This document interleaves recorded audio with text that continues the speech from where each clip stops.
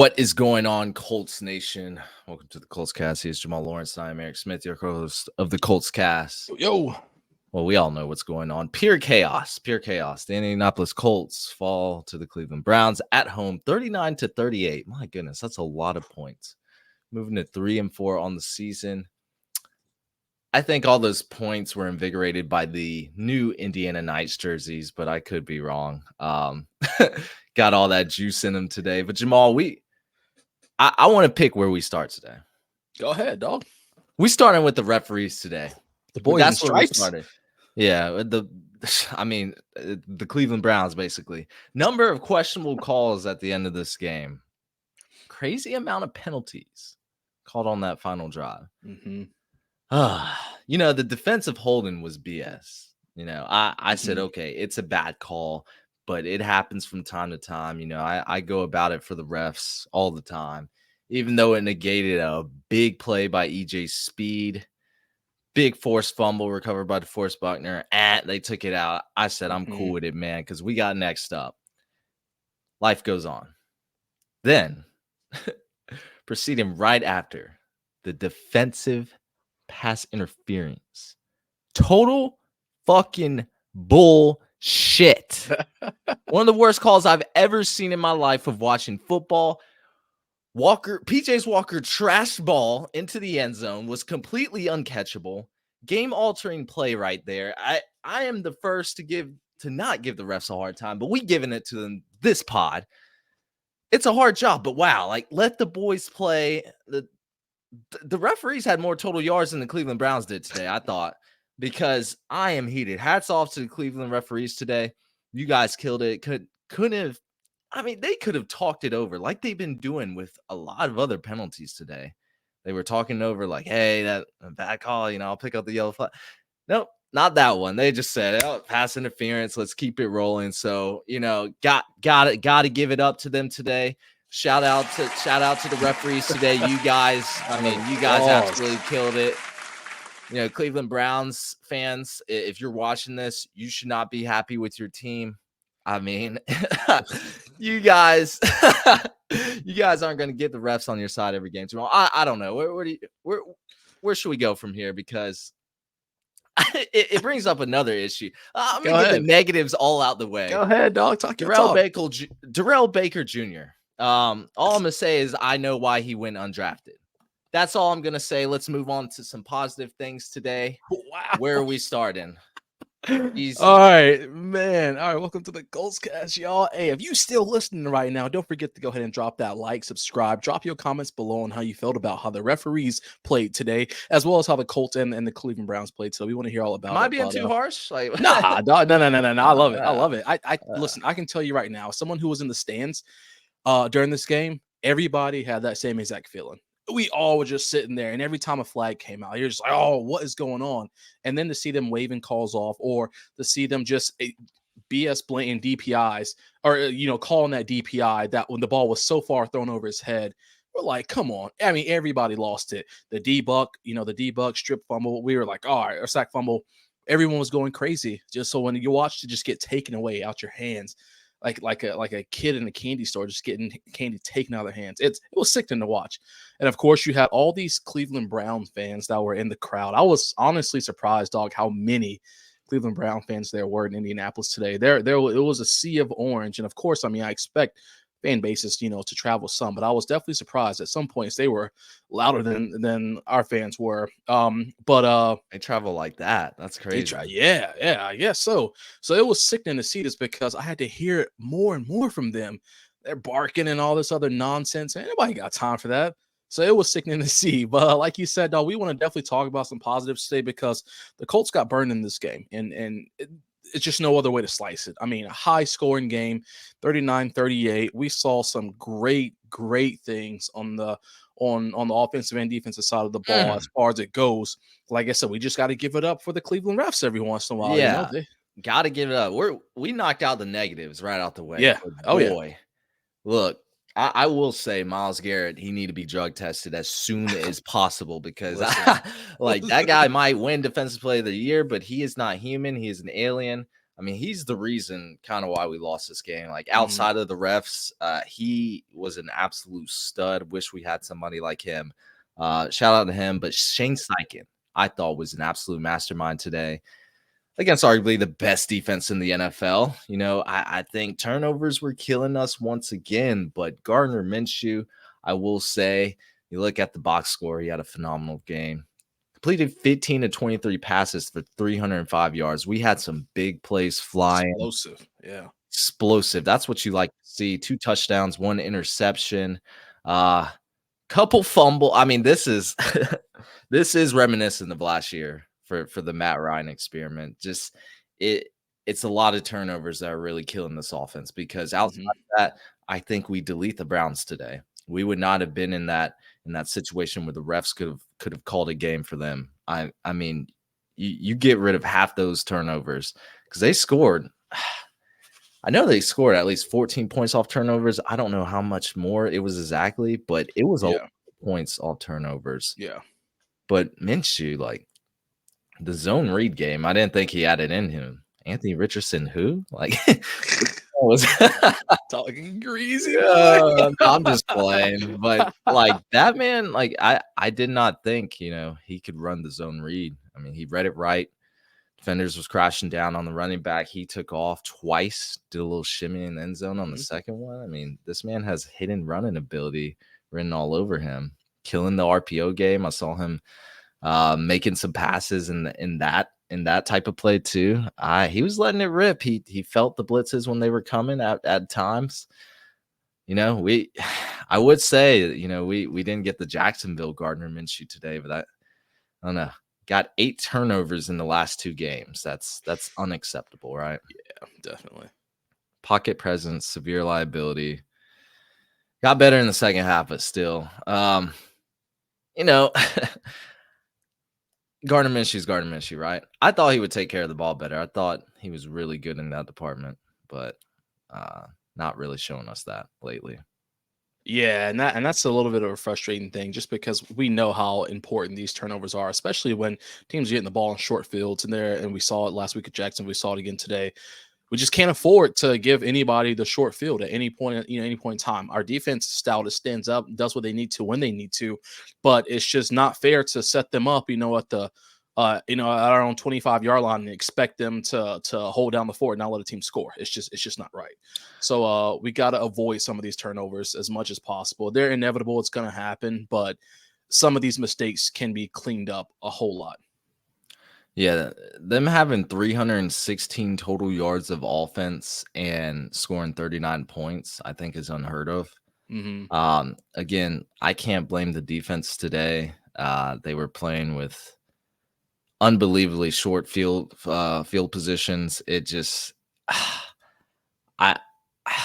it sucks, man. It really does. Yeah, we know we have the keys to win the game, and Shane Steichen showed it. But I will say, RTDB, run the damn ball works, boy. Jonathan Taylor looked like his old self on that touchdown drive he had in the third quarter. It looks like he knows exactly when and where to cut. He has the running back instincts that you love to see. Vision is top tier.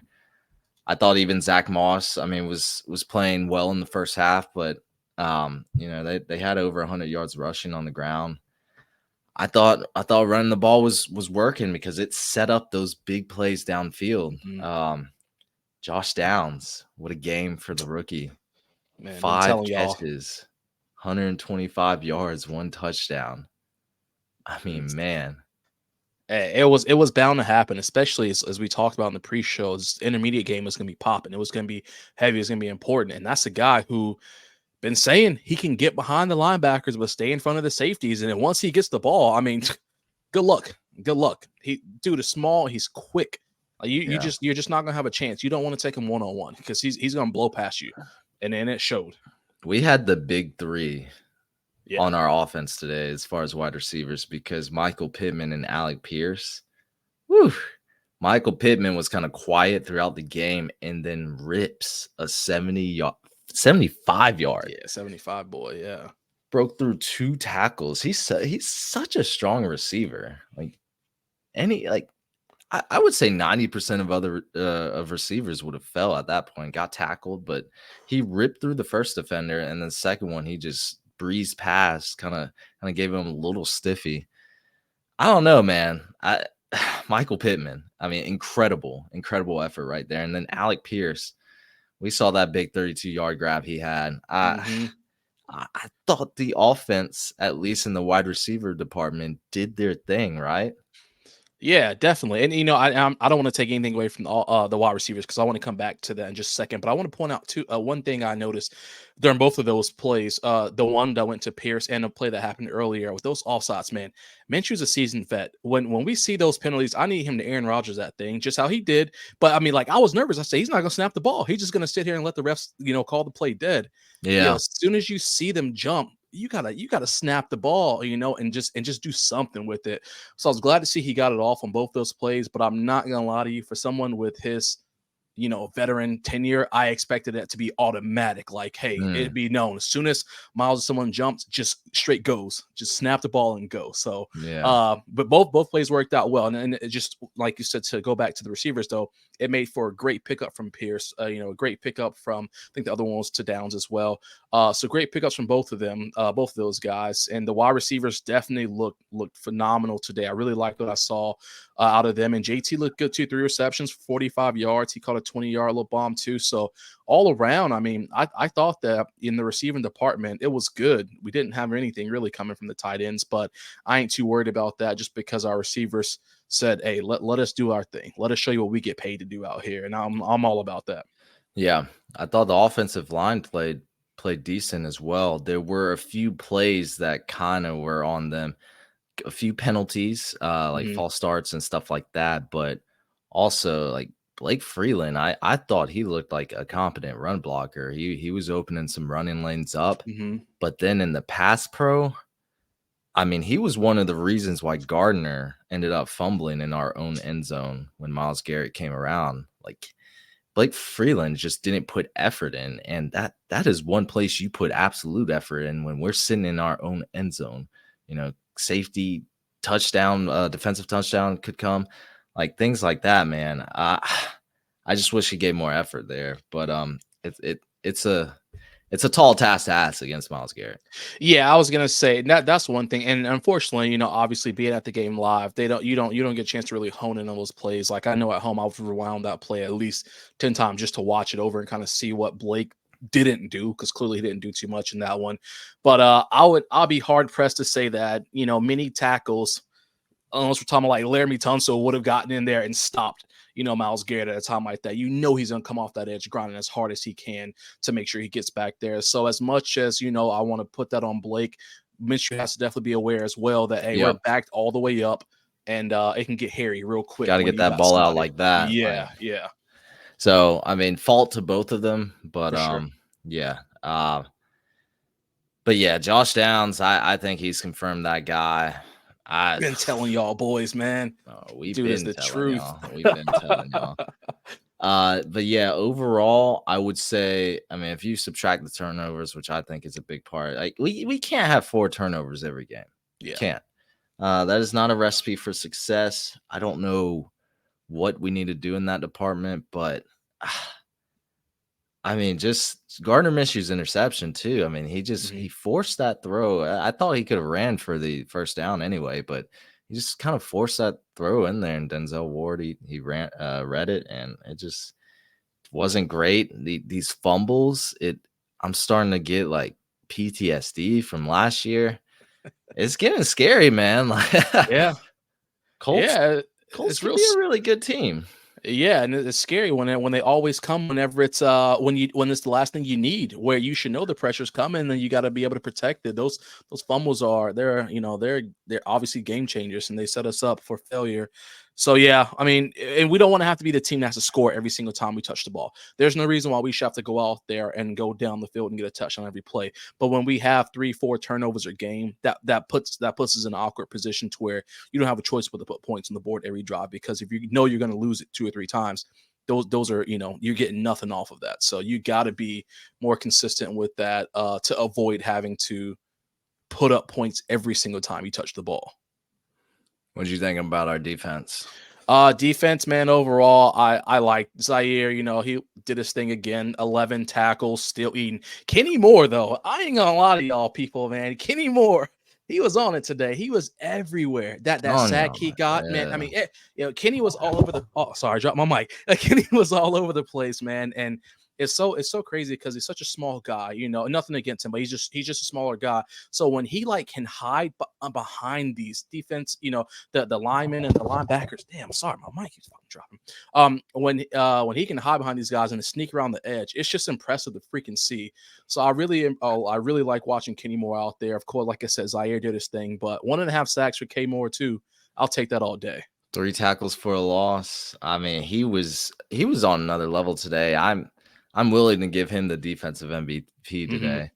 But yeah, Kenny Moore, when he plays that nickelback hybrid safety kind of position, he's elite. And Mm-hmm. we saw him on the blitzes, like he was coming off the edge fast. He's a good tackler.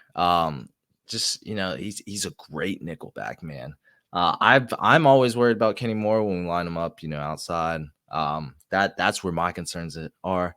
But when he's in that nickel slot corner, that status right there, like he runs that. And boy, Kenny Moore, great all around today. Yeah. Nothing bad to say about him. Like you said, Zaire Franklin, God, he looks like a missile, just like Mm-hmm. shooting out of a tank sometimes on a lot of his tackles.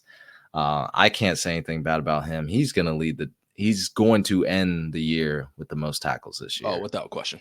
Without question. He's got to. I mean, I know he wants that achievement. It's going to happen. Juju Brents got hurt today. Mm-hmm. Not great because you've already heard what I said about Darrell Baker. We're getting a little thin at cornerback. It might be time to make some moves before the trade deadline to do something to address that department. Now, I will say the defense held it down, in the passing game. I mean, Watson, he threw 5 passes, only had 5 passing yards, interception. Should have had 2, actually, I think. And then PJ Walker came in, 178 yards, completed less than half his passes with another interception. I mean, they were holding it down. Yeah. But when it came to crunch time, it did not hold down pretty well. We did shut down Amari Cooper. I hate that wide receiver ones were always eating on us this year in a lot of games, and we shut Amari Cooper down. I don't think he was even targeted in the first half. So Jalen Jones, shout out to him. Even Darrell Baker Jr. a tiny bit, made sure he didn't take off. But like there were a lot of studs on defense today. I mean, we could go over a lot. Like, yeah, there definitely were. And but like you mentioned, the one thing though is just like when it matters the most is it was obviously the fourth quarter, that last drive for them. Why I'm not sure. We had 5 guys drop back in coverage, all probably 15, 20 yards from the line of scrimmage. And I think it was Elijah Moore. I can't remember. I think it was Elijah Moore who caught that ball. And it was just no one around him. Five of our guys dropped back, and then no one's by Moore, and he just catches an easy target. I'm like, what are we doing right here? These are kind of the issues where it's hard to appreciate everything that happened leading up to that point, because that then led to the bad play calls that came after that, which then led to the end of the game, because it was kind of a blown coverage where there was a miscommunication. So I just really like to see our guys step up a little bit more, the communication, because I feel like week after week we have these small little blips that kind of make it hard. And I don't want to take anything away from the defense, like you said, because they played great all day, but just these blips, these miscommunication things, they are big factors for us. yeah, I mean, they let up a lot of points in short field position. So they weren't perfect by any means, but I feel like we're starting to feel the pain of missing Stephon Gilmore from last year. Stephon Gilmore single-handedly won about 2-3 games last year with his game-breaking pass-ups or interceptions. This is where a lockdown corner is very essential to your defensive game plan when it comes to crunch time like that. But we don't have one of those yet. I'm hoping we get one. It'd be nice because lockdown corners are vital to a defense. But I feel like that's what we're missing right now. Yeah. Julian Blackmon had probably his best game today. I Yeah. mean, he had some amazing pass breakups. He almost had a one-handed interception. Oh my gosh, my man was about to go out the building with that one. I had to hold my breath when I saw the hand go up, and I was like, "Oh Yeah, man, man. so close." He went up and climbed the ladder. If he Yeah. would have had that, that would have been the play of the week. Oh, without question.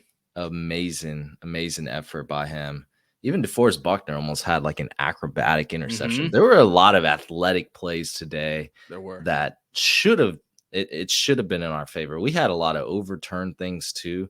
Like there were a lot of I think turnovers, catches, things like that didn't go our way after they reviewed it. Yeah. The Kenny Moore one, I believe, like tapped the ground a tiny bit, which I thought Mhm. was still a catch. I thought that should have held up. He maintained control. It barely bobbled, but okay, whatever. Then they got DeForest Buckner on that one. That's 2 picks that gets called back on us. Again, game-changing calls. Like the refs really blew it at the end, but they were in Cleveland's favor the entire game. Yeah. But yeah, I thought Gus Bradley's defense at a lot of times they were on fire today. Blitz packages were awesome. See Kenny Moore off the edge and things like that. Even Rodney Thomas, like the safeties were on point today. Rodney Thomas, it was a Rodney Thomas sighting. You know, he was a legendary last year, but haven't heard his name a lot. But he had a potentially game saving pass breakup on that final drive. I believe he had an interception as well too. Correct. So a lot of big plays, potential or, just big plays in general by this defense. And especially for what they had to work with, having to get back on the field after 4 turnovers. Not too mad about it. I thought, in the first half, they were running all over us with Jerome Ford and such. And once PJ Walker's in the game, this is when you sit there and you say, look, we going to stack the box and we going to make PJ Walker beat us in the air. And I think we did start to do that. Forced him to make a good throw. He made a couple good throws on that final drive, like you were saying to Elijah Moore, things like that. But I thought we killed him. I mean, we absolutely shut him down for most of the game. So yeah, without question. And then of course, we had our special teams as well. Rigg was out there getting some punts. He 5 punts, averaging 52 yards a punt. So he was kind of putting them in some good position to, whenever we had to get rid of the ball. But Matt Gay, 1 and 2 on the field goals. Of course, we know that one he missed was, I believe it was Myles Garrett who jumped over at the center, right? And just making athletic plays. Again, not human, man. Just jumped right over Luke Rhodes, I think. Yeah. Without touching him. This man's like 300 pounds almost. He moves at a lightning speed. Why are we attempting a 60-yard field goal right there? That same thing I was wondering too. I honestly said, "Oh, they're just gonna let the clock run down and call timeout and try to do something else." But I don't know. It's some of those plays are weird, man. When Steichen he makes them, because I feel like there have been times where I've said here, we said here throughout the season, we're like, all right, so we're not going to go for the points, and then we do something silly. But this time we're like, oh, we're going to go for the points on a 60-yard boy. I mean, I guess Matt Gay, we paid him all that money. He can hit it. They having confidence in your kicker is great. It's just absolutely. I don't know. I just haven't. Yeah. I guess I haven't seen him make it. I thought it was aggressive. If he would have made it, I mean, he would have been goated right there. Oh, for sure. Hindsight's always 2020. So we look at it that way. But a lot of, I expected this game to be boring. I think you did as well. Oh, yeah. Expected it to be a low-scoring game. It turned out to be a very chaotic but fun, watchable game. Really good things on both sides of the ball. Some bad things and some unfortunate ref play calling, whatever you want to call it. But I think we have a bright future here. We can only go up. Shane Steichen should have got his 4th win today, but didn't happen. That would have matched our season total from last year's season. So the trajectory is just gone this way, upward. We're gonna have a healthy Anthony Richardson in 2024. I don't know, man. I'm it's a good time to be a Colts fan. Yeah, it's a great time. It's a great time, man. Exciting times. Yeah. But again, guys, let us know what y'all think. I know some Browns fans are going to be in this video too. Yeah. Just let me know what you think too, because I want to hear from everybody. Jamal, you got anything else? That's it for me, dog. Hey, that's it for me as well. That's going to be it for us, everyone. Thank you for listening to the Colts Cast. We're live on Apple Podcasts, Spotify, YouTube, or any platform you use to listen to podcasts. We'll be back next time to give you some more Indianapolis Colts content. Good.